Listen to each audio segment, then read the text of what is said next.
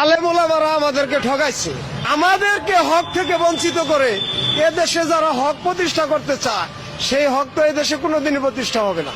আলেম ওলামারা আমাদেরকে ঠকাইছে। ওই আল্লামা মামুনুল হক বলেন, ওই মিজানুর রহমান আজহারি বলেন, এরা আমাদেরকে ঠকাইছে। কিভাবে জানেন? যে ওনারা বলে যে খেলাফত এদেশে প্রতিষ্ঠা করা হবে, হযরত উমর রাদিয়াল্লাহু আনহুর শাসন ব্যবস্থা বাংলাদেশে আনা হবে।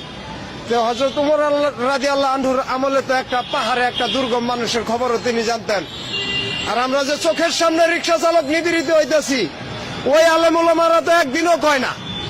আমাদেরকে হক থেকে বঞ্চিত করে এদেশে যারা হক প্রতিষ্ঠা করতে চায় সেই হক তো এদেশে কোনোদিনই প্রতিষ্ঠা হবে না। আল্লাহ পাক তো এই 2 নম্বরই পছন্দ করবে না।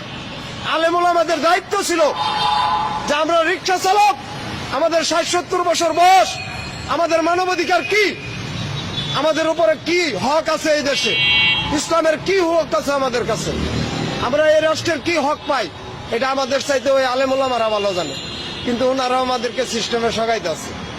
সিস্টেমে ঠকায় আমাদের তো কোনো জায়গায় তারা স্থানই দিচ্ছে না।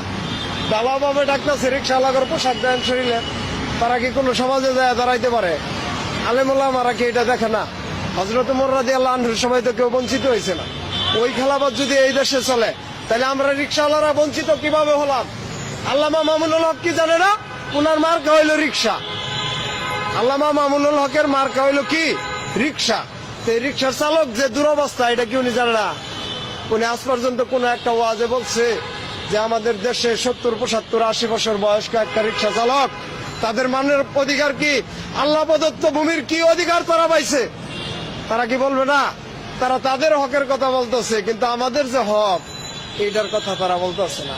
আজকে এই কথা কইছি, হয়তো আলেম ওলামারা আমারে ধরতে পারে যে শালা তুই রিক্সাওয়ালা, এত বড় কথা কস আমাকে হুজুরের নামে। ওই হুজুরকে আমরাও সম্মান করি, শ্রদ্ধা করি। আমরা দীর্ঘদিন আশায় ছিলাম যিনারা আল্লাহর কালামের সবকিছু জানে, এই কালাম থেকে যে আমাদেরকে বঞ্চিত করা হয়েছে অবশ্যই তারা এই কথাটা বলবে।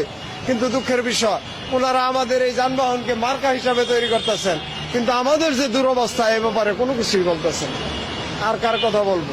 আমি তো শেখ হাসিনা, খালেদা জিয়া, অমুক তমুক কারো কথা বলি না। কেন? ওই নির্বাচনী ইশতেহার যখন আচরণবিধি ঘোষণা করে তখন কিন্তু নির্বাচন কমিশনই লিখে দেয় যে বুড়ারা না নেওয়া কয়টা রিক্সাওয়ালা করতে পারবো। তাহলে এটা কি ওই এমপি মহোদয়রা জানতো না? তারাও জানতো। তো সবাই মিলে একটা জাতিকে ঠকাইতেছে। আমি একলা বলে কি এটা পার করতে পারবো? তারপরেও আমার যতটুকু সম্ভব আমি বলতেই থাকবো। কেন? আলেম ওলামাদের উচিত যে আমাদের নিয়ে কথা বলা।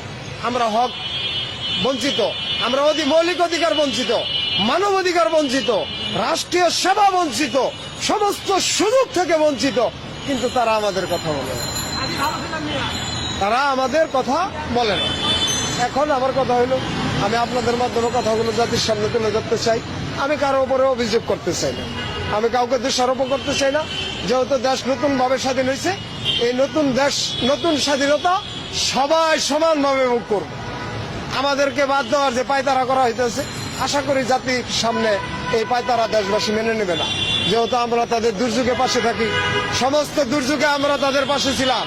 এই যে করোনার মধ্যে যে দুর্যোগটা ছিল, বাবার লাশ পোলায় ধরতে চাইছে না, আমরা কিন্তু হাসপাতালে নিয়ে গেছি।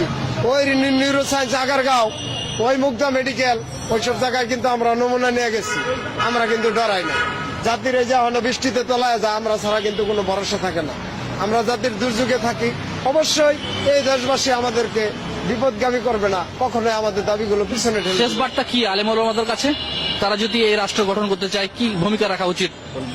আমি আলেম ওলামাদের কাছে বলছি যে আমিও একজন মুসলমান, আমি ইসলামী শাসন চাই, আল কোরআনের শাসন চাই। এটা আমার চাওয়া, এটা আমার ইমানি দায়িত্ব। কিন্তু আমি আলেম ওলামাদের কাছে বলছি, আমরা রিক্সা চালক, আমরা অধিকার বঞ্চিত। আমাদের মৌলিক অধিকার নিয়ে তারা যেন কথা বলে। আমরা তো শিক্ষিত না, আমরা কিভাবে বলবো? ওনারা আমাদেরকে বাদ দিতেছেন কেন? ইসলাম তো কাউকে বাদ দেয় না, এটা তো শান্তির ধর্ম। আমরা তো মুসলমান, আমাদেরকে এভাবে ছেড়ে দিলেন কেন?